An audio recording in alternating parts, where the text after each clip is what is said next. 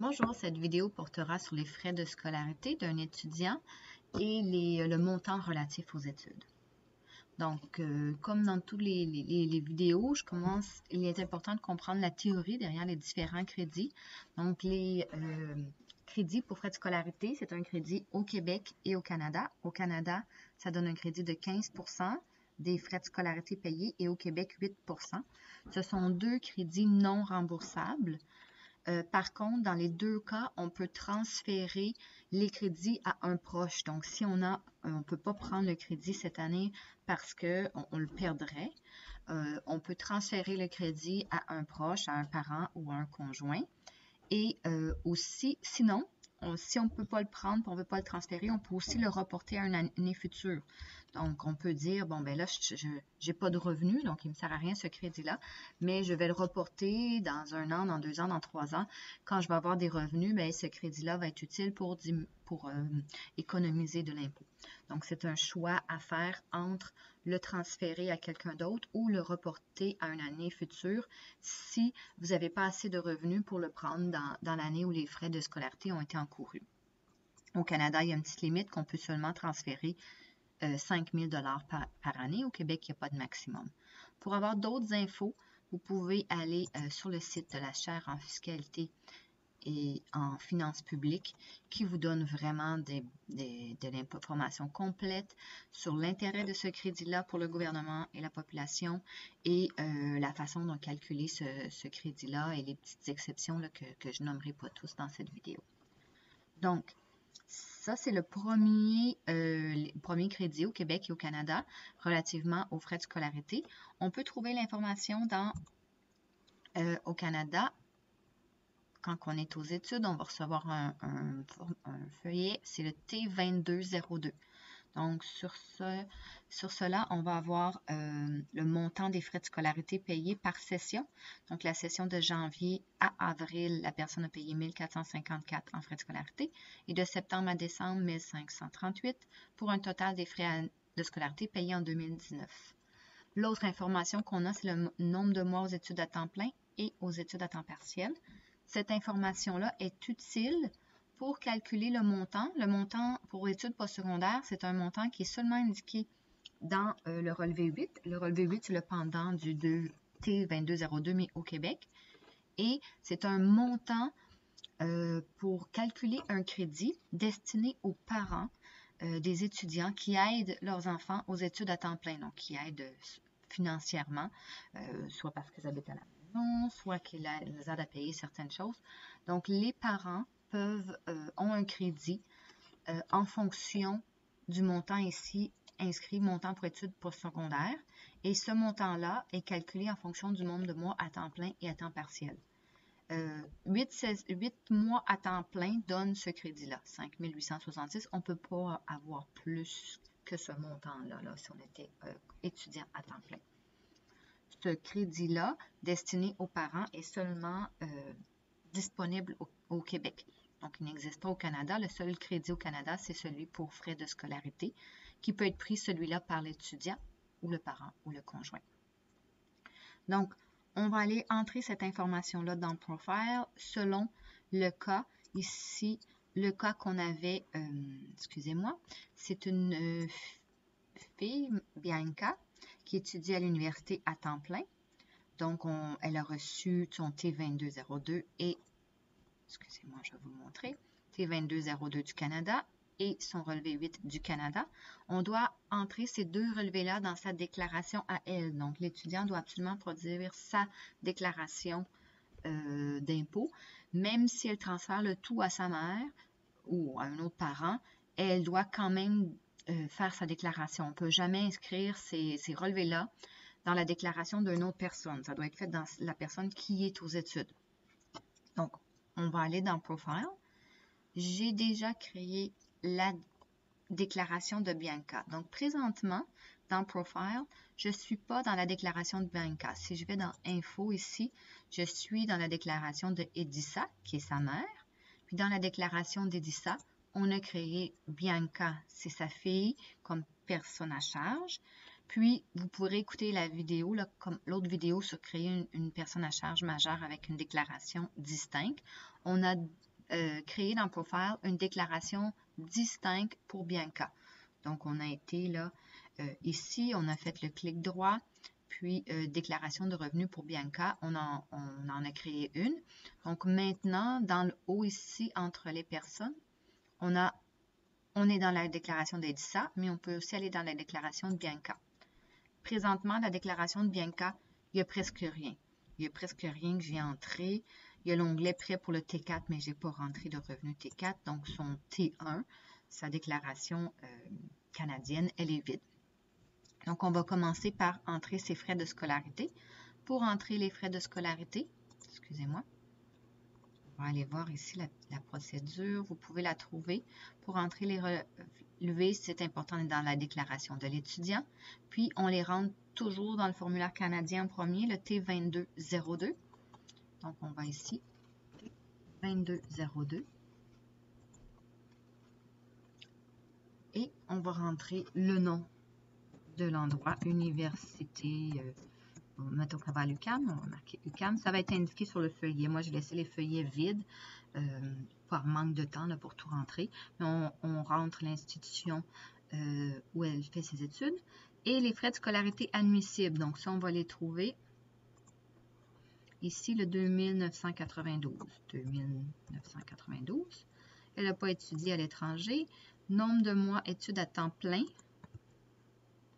Donc, la colonne C, c'est temps plein. 8. Donc, ici, ça nous dit la colonne C, 8 mois. Donc, le relevé du Canada est terminé. On va aller compléter le relevé du Québec pour avoir le montant pour études postsecondaires qui se trouve seulement sur le relevé du Québec. 5866. 5866. Donc, les relevés sont déjà entrés.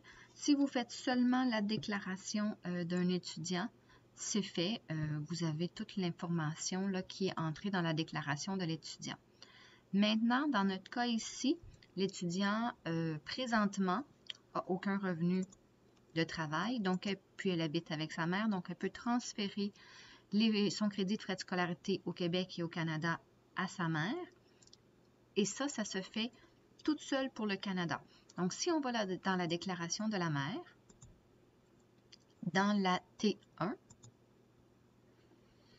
on va voir frais de scolarité, qui a les frais de scolarité de la fille qui ont déjà été transférés à la mère. Ça se fait automatiquement dans Profile pour le Canada. Pour le Québec, ça ne se fait pas automatiquement. Il faut aller dans la déclaration de l'étudiante pour remplir une annexe pour dire qu'on veut les transférer à la mère. Donc, l'annexe à remplir, donc ici, on a fait ça. Pour transférer au Canada, ça se fait, c'est fait automatiquement. Pour transférer les frais de scolarité au Québec, si on ne veut pas les reporter dans une année subséquente, il faut aller dans l'annexe T du Québec. Donc, TP1 pour Québec, puis T pour le numéro, la lettre de l'annexe. Donc, on va rentrer TP1T.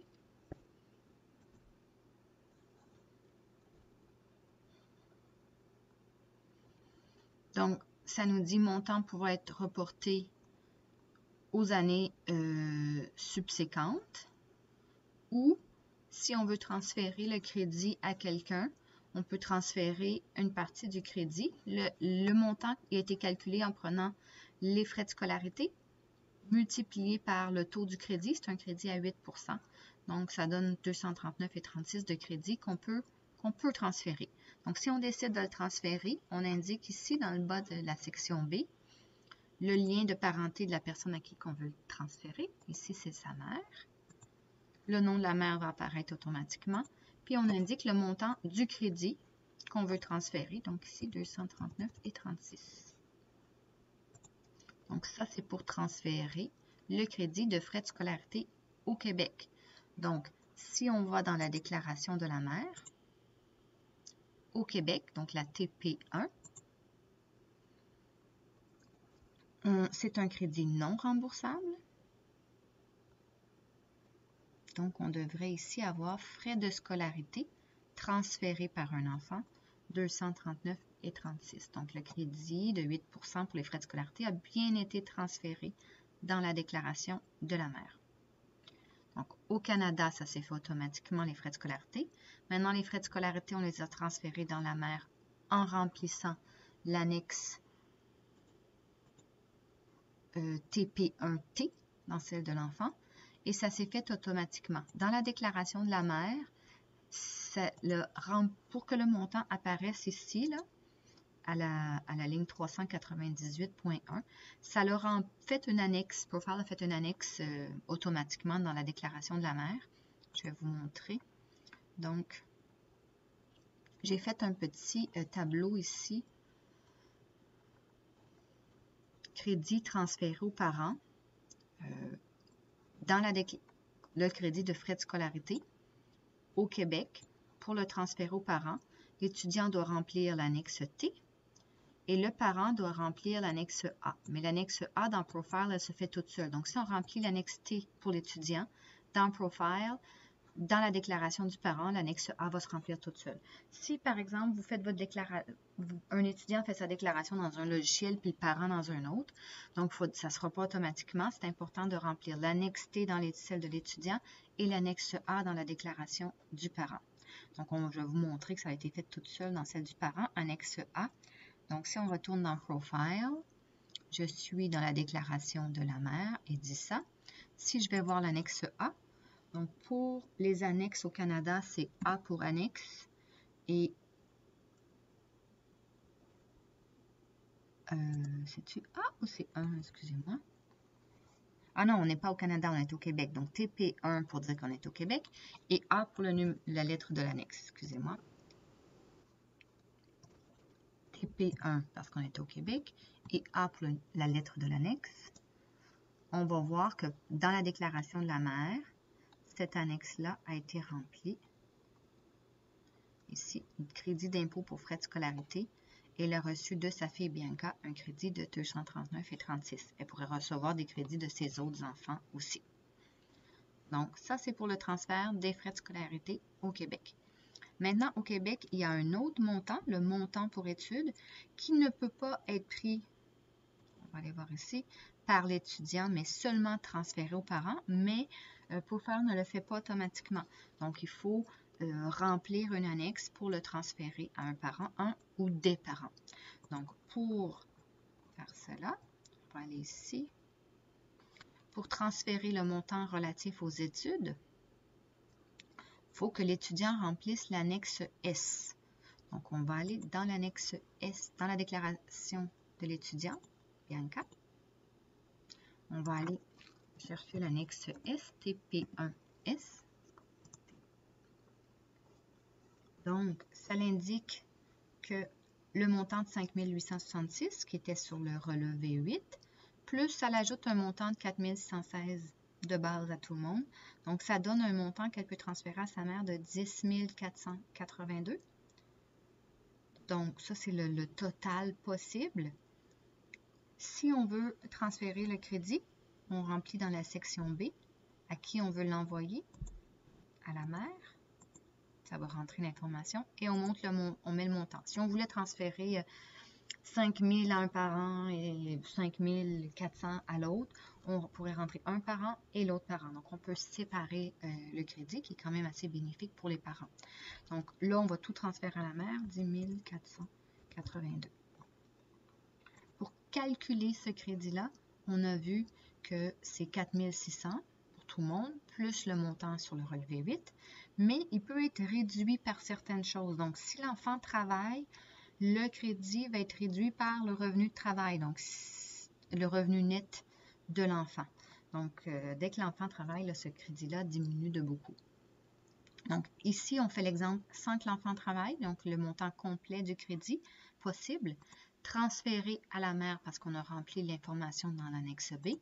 Donc, si on va dans la déclaration de la mère, on est au Québec, TP1 sommaire, TP1 pour Québec, on devrait ici, montant pour personne à charge et montant transféré par un enfant majeur aux études, on a le transfert total de 10 482 qui s'est effectué. Des fois, le montant ne fonctionne pas. Vous fassiez attention, si vous n'avez pas inscrit le nom de famille, ça ne va pas transférer. Donc, c'est très important d'avoir inscrit d'avance le nom de famille pour que les transferts se fassent bien entre les deux personnes. De plus, si vous avez rajouté le nom de famille après, même si vous l'avez fait, il faut retourner, effacer ce qu'on a fait ici, puis recliquer pour que tout, comme l'informatique, là, derrière se fasse comme il faut. Donc, n'oubliez pas d'avoir bien fait ça pour que ça fonctionne. Donc, là, c'est tout pour transférer le crédit. Je veux juste vous montrer l'exemple que ce crédit-là, le montant pour études postsecondaires, diminue avec les revenus de l'enfant. Donc, là, ici, on est dans la déclaration de Bianca qui n'a aucun revenu. Donc, il n'y a aucun T4 d'entrée. Si on veut aller entrer ses revenus, on va prendre un petit exemple qu'elle a travaillé. Elle a travaillé pendant l'année, elle a gagné un total de 5 400 $. Donc, on va aller rentrer ce T4-là.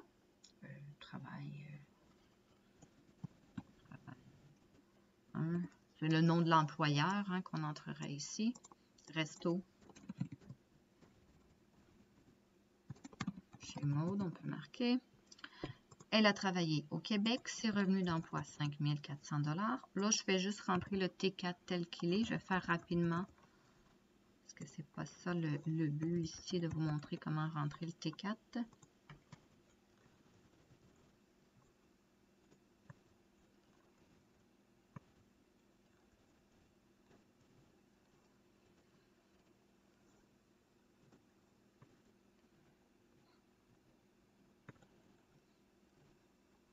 Donc, on a rentré les revenus d'emploi de Bianca. On va aller trouver son revenu net au Québec parce que le montant relatif aux études, c'est un crédit du Québec. Donc, on va aller voir TP1. J'aime toujours regarder dans la déclaration sommaire. Je trouve qu'on voit mieux les choses. Donc, dans sa déclaration de revenus du Québec, Bianca a maintenant un revenu net de 5 073,15 $. Donc, le crédit pour montant pour études postsecondaires qu'elle peut transférer à sa mère va être réduit de 5 073. Donc, si on va, c'était l'annexe. Est-ce que c'était la S? Oui. Montant on est dans le montant pour études postsecondaires. Montant pour études sur son relevé 8, plus 4 700, ça 4 616. Ça donne un crédit total possible de 10 482. Mais ce crédit-là a été réduit de son revenu net. Donc là, elle peut seulement transférer à sa mère un crédit de 5 408,85. Donc, c'est important aussi d'aller là. Je comprends, il ne se fait pas tout seul malheureusement. Là. 5 408,85 si elle veut transférer ce montant-là à sa mère. Et si ça ne sert à rien, ce crédit-là n'est pas reportable à une autre année, puis l'étudiant ne peut pas le prendre. Donc, c'est vraiment important de le transférer le montant complet à ses parents à chaque année. Donc, ce crédit-là diminue en fonction des revenus de l'enfant. Donc, ça fait un gros impact là, sur la déclaration des parents parce que là, le crédit est 5 000 de moins que ce qui était si l'enfant n'avait pas travaillé et c'est un crédit à 15 %. Donc, si on prend la différence du crédit, donc les 5 000 de moins, fois 15 %, donc le parent va payer 760 $ de plus d'impôts dans sa déclaration parce que ce crédit-là a diminué. Donc, si on va voir pour faire le nouveau crédit, dans la déclaration de la mère devrait être de 5 408 au lieu de 10 000. On va aller voir. Dans la déclaration de la mère au Québec, montant pour personne à charge et pour transférer pour études postsecondaires, 5 408. Donc, il a effectivement été réduit. Donc, sur ce, je vous souhaite une bonne journée.